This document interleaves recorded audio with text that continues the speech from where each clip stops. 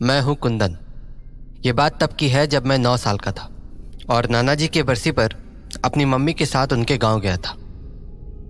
गांव पहुंचते ही मम्मी और नानी एक दूसरे से बातें करने लग गई और मैं मौका देख के घर के बाहर चला गया। उस गांव के बारे में मैंने अपनी मम्मी से बहुत सारी बातें सुनी थी, इसीलिए मुझे वो गांव देखने का बहुत मन था।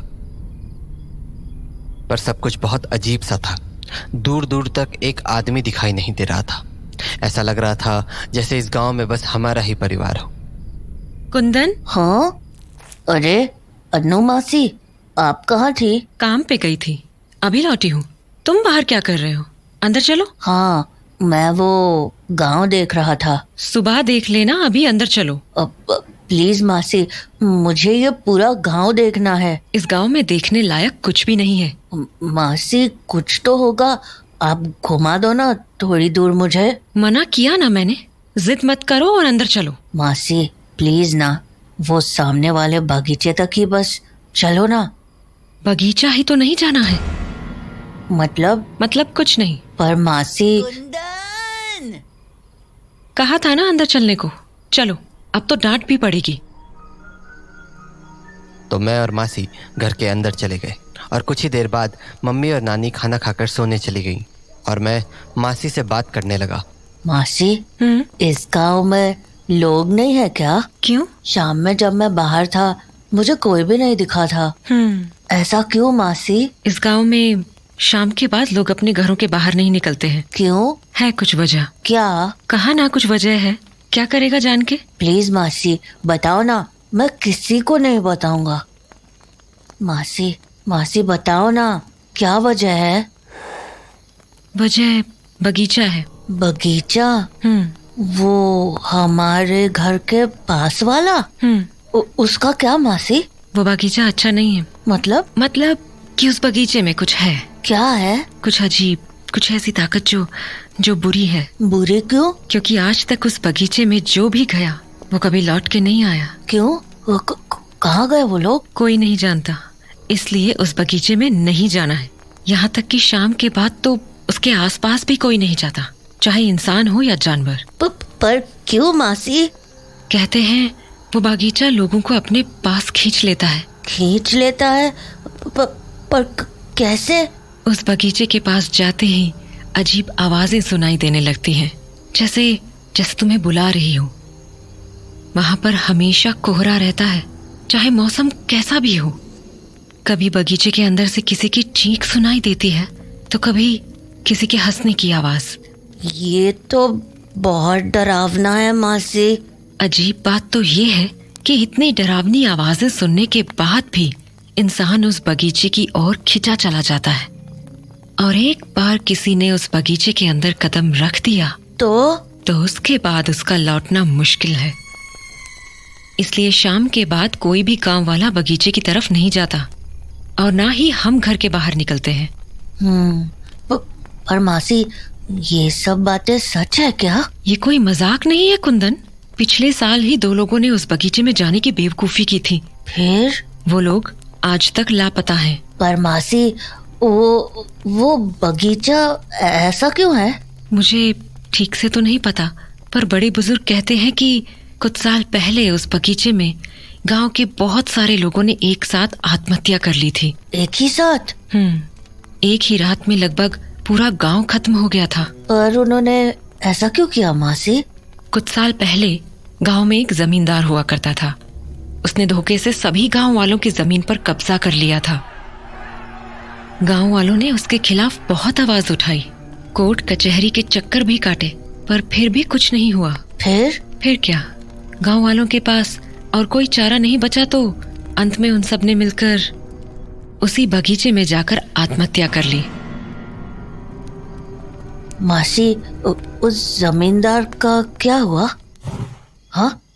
रात हो गई है, हमें सो जाना चाहिए। पर मासी, उस जमींदार का क्या हुआ? पता नहीं। पर मासी। कहा ना पता नहीं। अब इस बारे में और बातें नहीं, रात बहुत हो चुकी है, जाओ जाकर सो जाओ। मासी, आप उस बगीचे में गए हो? पागल हो गए हो क्या? मैंने कहा ना उस बगीचे के आसपास कोई नहीं जाता। तुम अपना दिमाग कम लगाया करो, समझ गए? हम्म। जाओ जाकर सो जाओ, रात बहुत हो गई है। मासी से बात करने के बाद मेरे दिमाग में उस बगीचे को लेकर और भी सवाल उठ रहे थे। मेरा मन अब भी उन बातों को मानने को तैयार नहीं था। इसीलिए उस रात जब सब लोग सो गए तो मैं अकेला ही उस बगीचे की तरफ निकल गया। वहां पहुंचने पर मुझे कुछ घर दिखे जो बिल्कुल बगीचे के सामने थे। उन घरों को देखकर ऐसा लग रहा था मानो वो कई दिनों से बंद पड़े हों। दरवाजों पर मकड़े के जाले लग चुके थे और लगभग पूरे घर की दीवार पर जंगली घास उग चुकी थी, पर फिर भी उन घरों के बाहर एक लालटेन लटकी हुई थी। मुझे ये देखकर थोड़ा अजीब लगा। मैंने सोचा भला इन घरों में लालटेन किसने जलाई होगी, यहाँ तो कोई रहता भी नहीं है। मैं उन घरों को देख ही रहा था कि तभी बगीचे का दरवाज़ा दीवार से टकरा गया और रात के सन्नाटे में वो आवाज़ पूरे गांव में गूंज गई। आवाज़ के शांत होने पर मेरा ध्यान बगीचे की ओर जाने वाले रास्ते पर गया। पूरे रास्ते में सूखे पत्ते बिखरे पड़े थे और घास इतनी बढ़ गई थी कि ज़मीन देख पाना मुश्किल था। और उस बगीचे के अंदर के पेड़ अंधेरे और कोहरे के बीच छुप से गए थे। मुझे ये बात भी अजीब लगी थी क्योंकि बगीचे के बाहर कोहरा बिल्कुल भी नहीं था। फिर मैंने सोचा हो सकता है पेड़ ज़्यादा होने के कारण बगीचे के अंदर कोहरा हो। मैं ये सब सोच ही रहा था कि मुझे बगीचे में से किसी के भागने की आवाज़ आई, पर जब मैंने बगीचे की ओर ध्यान से देखा तो मुझे वहाँ कोहरे के अलावा कुछ नहीं दिखा। मैंने उस बात को अपना वहम समझकर टाल दिया और बगीचे को करीब से देखने की सोचने लगा। पर तभी मुझे ऐसा लगा जैसे मेरे आसपास कोई खुसफुसा के बात कर रहा हो। मुझे बिल्कुल समझ नहीं आ रहा था कि वो आवाज़ें कहाँ से आ रही थी। धीरे धीरे वो आवाज़ें और भी तेज़ होने लगी। अब मुझे हल्का डर लगने लगा था। मैंने सोचा घर लौट जाता हूँ, पर तभी वो आवाज़ें किसी इंसान की आवाज़ में बदल गई और मेरा नाम पुकारने लगी।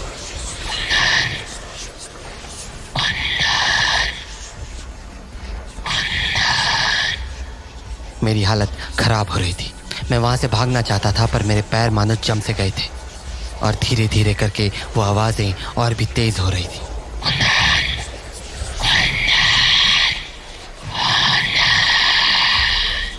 हाँ हाँ हाँ हाँ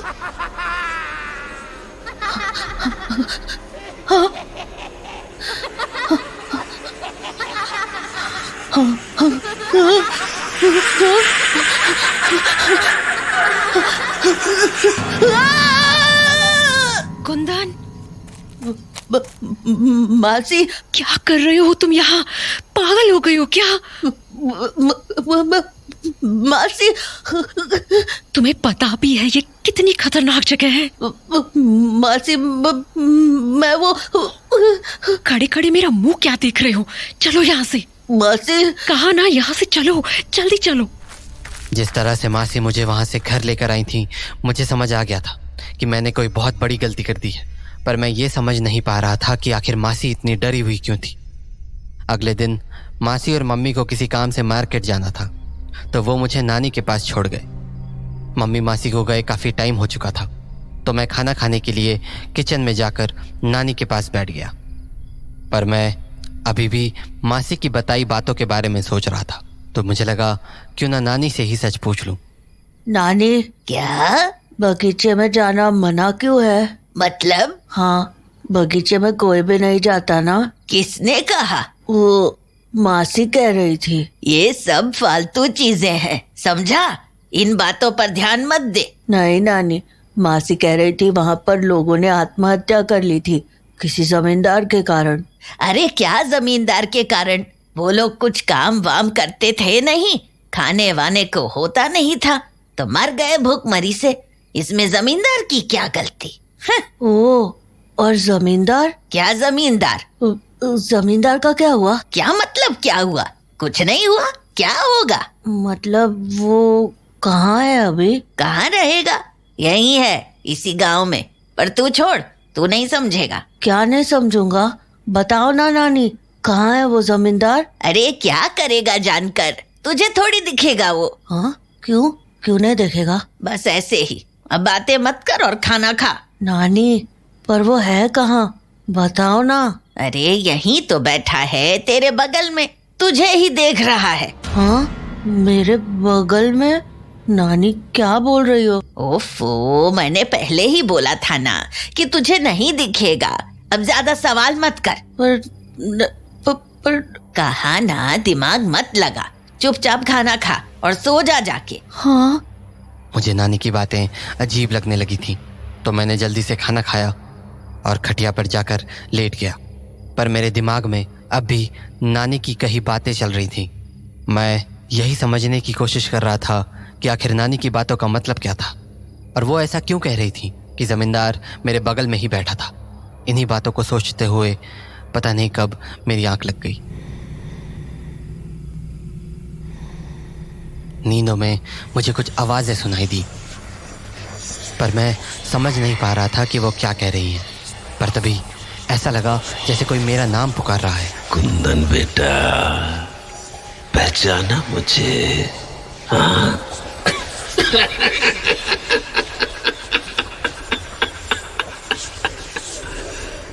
मैं उन आवाज़ों को ध्यान से सुन ही रहा था कि तभी मेरी आंखों के सामने मेरे नाना का चेहरा आ गया।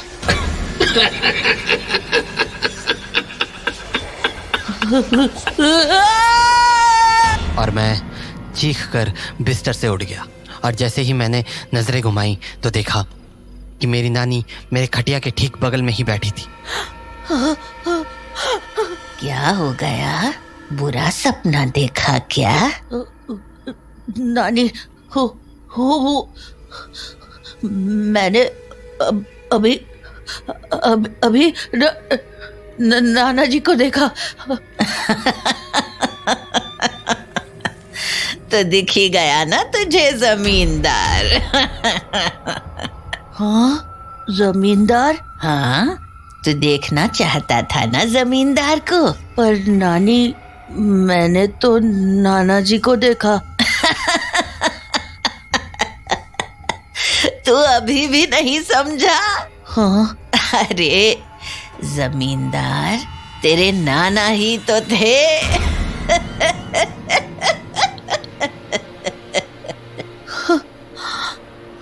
मुझे ये तो नहीं पता कि जमींदार वाली कहानी की असलियत क्या थी, पर उस रात के बाद मैं इतना तो ज़रूर समझ गया था कि वो गांव सचमुच भूतिया था, और उसका कुछ ना कुछ संबंध मेरे नाना नानी से ज़रूर था।